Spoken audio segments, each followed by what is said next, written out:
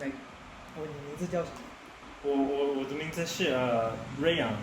我是他的 sibling 兄弟瑞德。瑞德。很好。就说点中文吗？说一点中文。说一点中文。说一点是什么 I'm very curious about you told before like you study 4 degrees. 对。Why did you become so like study genius style? I'm not a genius. But it's stereotype, right? But it's like people who study 2 degrees in university, oh shit. But 4th degree, we will see. We will see it's a genius, right? But what's the motivation? I mean, just like I think I also kind of got lucky because I kind of started. It's weird. I started university in high school, so I came into university with already like half of university complete. So when I was actually in like real university, then it was like I just had like most of my university, because the American system gives you a lot more flexibility. So I had a lot of flexibility in my university, and that allowed me to like pursue 4 degrees. And you also have many hobbies, like some field that you like. Your hobbies are like yeah. And I guess I do a lot of photography. Photography? Yeah. Oh, you also have photography degree? No. Okay. Yeah. 没有。但是你的中文真的让我觉得你不像印度人。哦，sorry， 美国人。对。然后，所以你的 motivation is from your hobby, right? Have any kind of dream? I mean, I guess my dream. I mean, dream is such a. I'm not sure. Yeah. Okay, just give your talk. I mean, I guess dream is like I mean, you can say like, oh, my dream is change the world. That's so like, you know what I mean? It's like that's so like, it's specific. Yeah, exactly. So I mean, I guess like in terms of like future goals, I don't think I have dreams per se, but like, in terms of future goals, what maybe I want to do in the future is, I mean, I like to say like, what is the biggest thing? Like, what is our generation going to be known for? Our generation is going to be known for artificial intelligence. Like AI is going to be the defining thing of like this era. Yeah. Like by the time we die, like we're going to look back to our children and say like, you don't even understand what life was like before AI, which is weird to think about. Because right now what we're seeing is we're only seeing like the very first baby steps of AI. Yeah. Like DeepSeek, ChatGPT, like that's nothing. 10 years from now, we're going to look at DeepSeek now and say that was like... Baby. Yeah, that was a baby. Yeah. It's like, you know those really big computers you look at? Yeah. And they're less... Look at the baby. Yeah, and like they're less powerful than your phone. Oh. It's like the same thing. It's like, we're going to see artificial intelligence be the defining thing of our era. And that's going to basically totally change what society is. And then what are the 2, if not 3 biggest countries in AI? The 2 biggest countries is going to be America and China. And then India is also going to be the 3rd biggest economy by 2040. So my perspective is like, if you understand all 3 countries, you can start to like help find yourself in between like those worlds, like America, China, and AI, and hopefully like bring society to like closer with that. You have most like powerful sport from this kind, 3 country. I think it's enough. yeah. That's why I study English. I really want to have some kind of power from them. But I really want to know is like so. In generally speaking, it's like now you are like trading some very the popular trend. Yeah, like the trend that you see it's like will be the futures man. How to say it's like man development something like that's why you choose computer science, right? Yeah, I mean I also computer science. So the thing is, I have been doing computer science since I was kind of a child. Yeah. So because I grew up in California. California is like Bay Area, Silicon Valley. So it's like I grew like, you know Apple? Yeah, of course. Yeah, I used to like walk by the Apple. I don't, I'm dumb. Like you know the Apple like main building? Main building? There's like the headquarters. Headquarters? Where Apple. Yeah. I walk by it every day to get to school. Yeah, that's why you got the motivation. Yeah, you got this kind of like motivation from your young age, right? You also choose history. Oh, sorry. Econ history / public policy. Oh, sorry, I always forget. Economic history. Whatever. Yeah. Economic history. But it's also something give you the spark idea or something to choose this one. Right. So like I was saying, so I've been doing computer science since I was a child. Yeah. And then I came into university and I realized that my university is reteaching me programming. I already learned all the programming that I really kind of needed to know, like when I was a child. Yeah. So I came into university, I was like, I'm not learning anything new in my computer science degree. Why am I even like studying computer science? Like I want to go to university to like learn something new. And I found myself surrounded by a lot of people who are really good at history and economics and like more like political side, the more liberal arts side. Is he genius? No, well, I mean, like I started meeting all these friends, and I was like, I realized like I might be good at computer science, but I was absolutely atrocious at like English or like history. Like I could not speak at all. I could not give like a good solid like public speaking like speech. So I realized like when I got to university, like what I really want to focus on now is like really focusing on like history and economics, especially if I want to like place myself in between like society and AI. Yeah. You need to understand both sides. You need to understand AI and you need to understand society. Why society is what it is. How did society develop to become like what it is today? Like how does society run today? Which is like how economics works. Oh, friend, I like you. I like your work. Because I never have some kind of deep thought. Maybe I have. I try, but I always choose one field, my biology. And I choose my like. I just select this way like randomly. It's like my illumination is like when I graduated from high school and I got a feeling like I very like the sea, the ocean, and I very like animal. How about marine biology? I didn't care anything about blah blah. I just choose it. Now I regret it a lot. Why though? Yeah, it's not my style. Like it's like what I learned is like very theoretical, like very theory, like kind of boring theory, the thick books and right, and it's very, and that's very makes me like disappointed about this kind of major. It's like I just lose all my faith, but that's why and now I'm still exploring like. I want to find a very bright way, like which suitable myself, because before I'm not sure. I have no like. I think I don't need to complain a lot. It's like it's not suitable. Yeah, I know it. So I just give up. I find another way.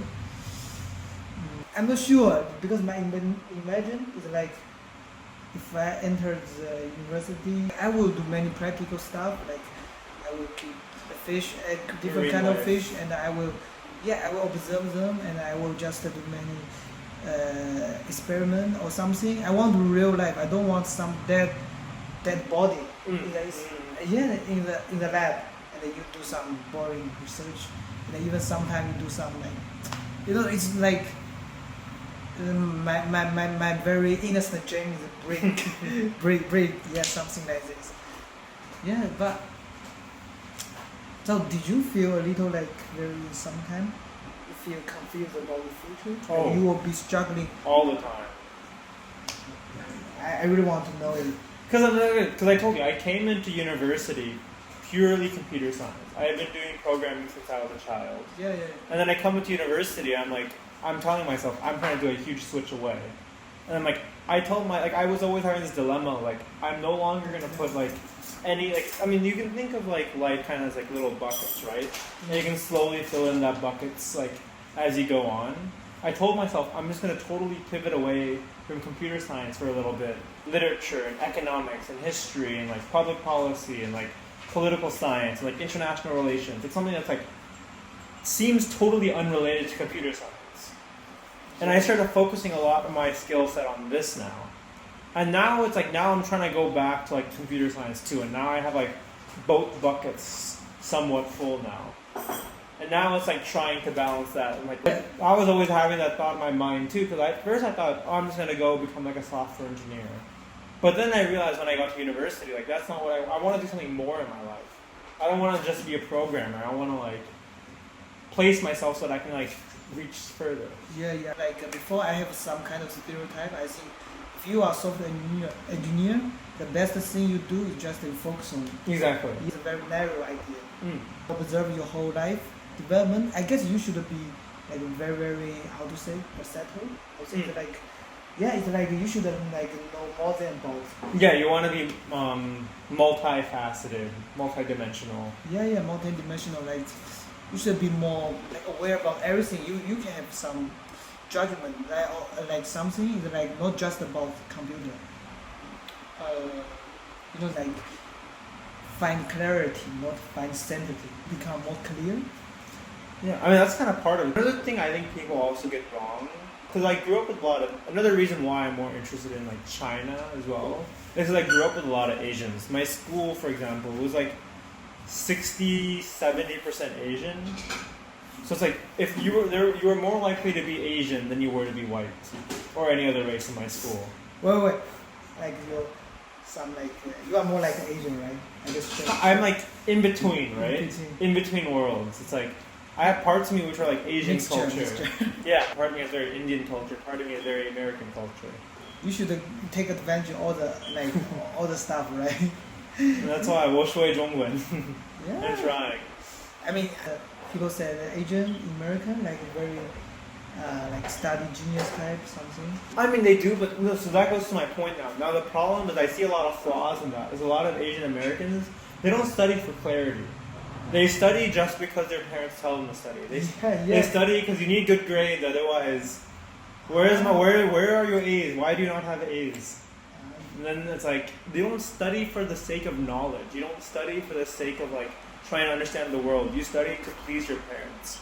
You study so that you can be this study genius. And that's the problem then. It's like, that's the problem with Asian Americans. And a lot of the Asian, I feel like that's also in probably China too.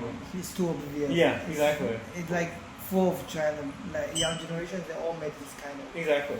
problem.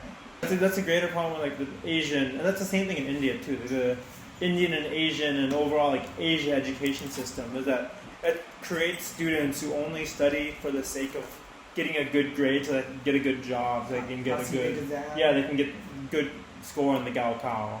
Yeah. It's not to like, you don't study for like knowledge, you don't study for yourself, you don't study to try to become the best human you can be. You study to please society, which is not how education should be working per se. I mean, and I just, I just overly think. I just someday I think too tired and I lay down. Oh, how about watch phone? Just 10 minutes and I go to think again or do something again.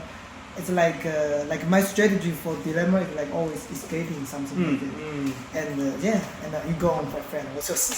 I mean, again, I fall victim to the same thing. I'm not any superhuman, you know. Like I also like sometimes I'm just sitting there like, oh man, I'm so stressed. Like let me just scroll Adobe or TikTok or whatever.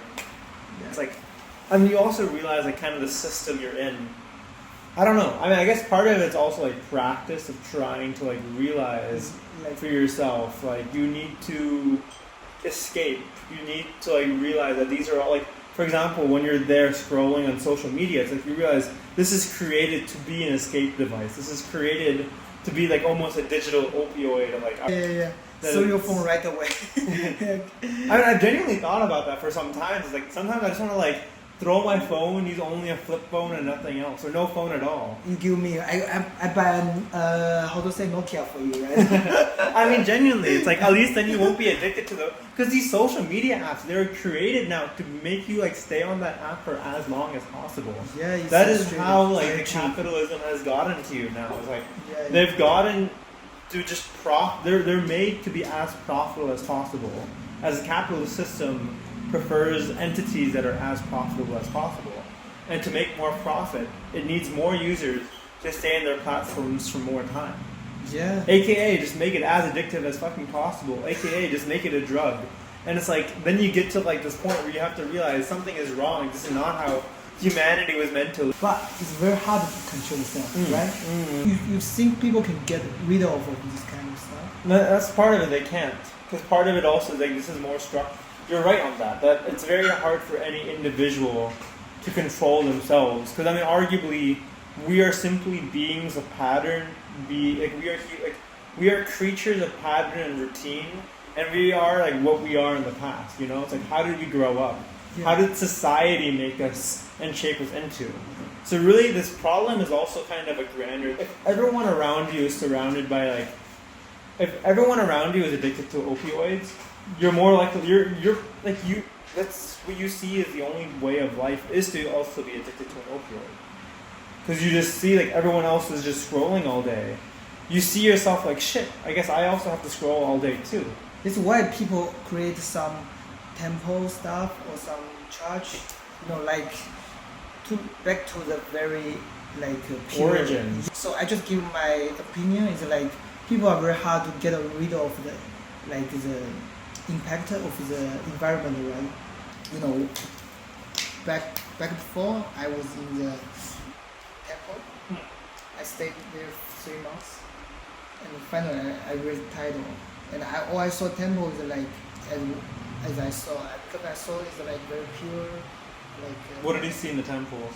Because I just saw people were chanting and they live a very simple life, but it's like they also chasing some physical stuff. I just came back from a temple. I was in a temple for 2-3 weeks. Yeah, what's your experience? It was the same. I was walking into the classes full of monks. Monks are supposed to be the epitome of like a spiritual, like pure, clean, like naive, virginal, like innocent being. Innocent. You see them. Because I was teaching English to the monks. I thought these are going to be like the most innocent kids in the world. I walk in, like half of them are on TikTok. Like what? Why are like? And I was joking to my friend like, the moment monks start scrolling Douyin, that's when Noah's Ark, like the great flood, is going to come back in, and the whole world needs to be like reset. Oh no. So how did you deal with this stuff? I was just like, it was chaos. It was pure chaos. It's a culture itself that is like corrupted. If the society itself is corrupted, you can't do anything. You can only do so much if like the whole mass is corrupted. If the whole fruit is rotten, you can only do so much. If it's only part of it, you can like cut it out. But if you let the whole fruit get rotten, Whole the environment. yeah, Yeah. the whole thing is gone. You can't do anything anymore. You just impacted by whole thing, whole the thing around you. Like you feel very helpless. The hole, it's a very deep hole. I guess everyone they have this kind of feeling, but at that moment you just want to stay. You just want to stay in this place and you don't want to move your ass.